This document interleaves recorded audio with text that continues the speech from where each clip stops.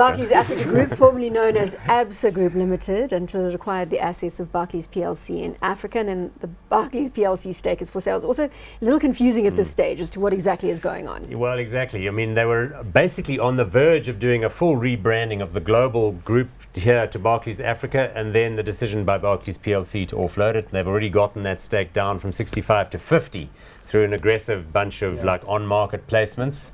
Who knows what happens next? There's been talk of strategic buyers, but so far no one. Market cap 123.1 billion, PE of 8.6, dividend yield here of almost 7%. So this dividend yield's got to have some merit in terms of investing. This one is particularly cheap. The dividend yield and payout ratio is slightly higher than the other banks, so a little bit higher dividend yield. But there's an overhang, very much an overhang, and Nedbank's not too dissimilar, funny enough. So you've got two of the South African banks with their anchor shareholders looking to unload the stock. The easiest would be to unbundle them.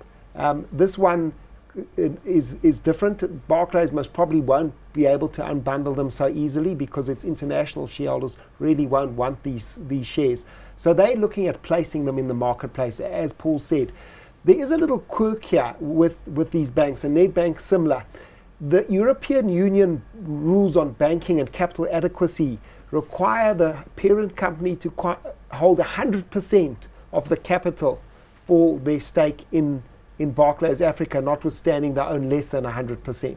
So highly capital inefficient for Barclays to own Barclays Africa. And that was a prime reason for their suddenly absolute U-turn in terms of now holding it and rebranding it to getting out of it. So that's a technical issue. It's a good value, it's got a good market position, and it will remain cheap because of this overhang. So if you, again, as with all of these, you've got to take a little bit of a longer term view, and I think you could see good value in the stock. We've got to call it, I'm afraid. We're running out of time here. Saab has already said they don't want a geared party or a strategic buyer, private equity type buyer, Bob Diamond type buyer using someone else's money. There's no obvious big capital player, strategic buyer, so I think it's basically going to end up drifting like this until maybe a consortium with the IDC or the PRC or someone gets involved. I think it remains cheap for a while. We haven't got any more time. So I'm going to say not hot. Not hot. I'm hot. You're hot on the valuation. You're hot on the valuation.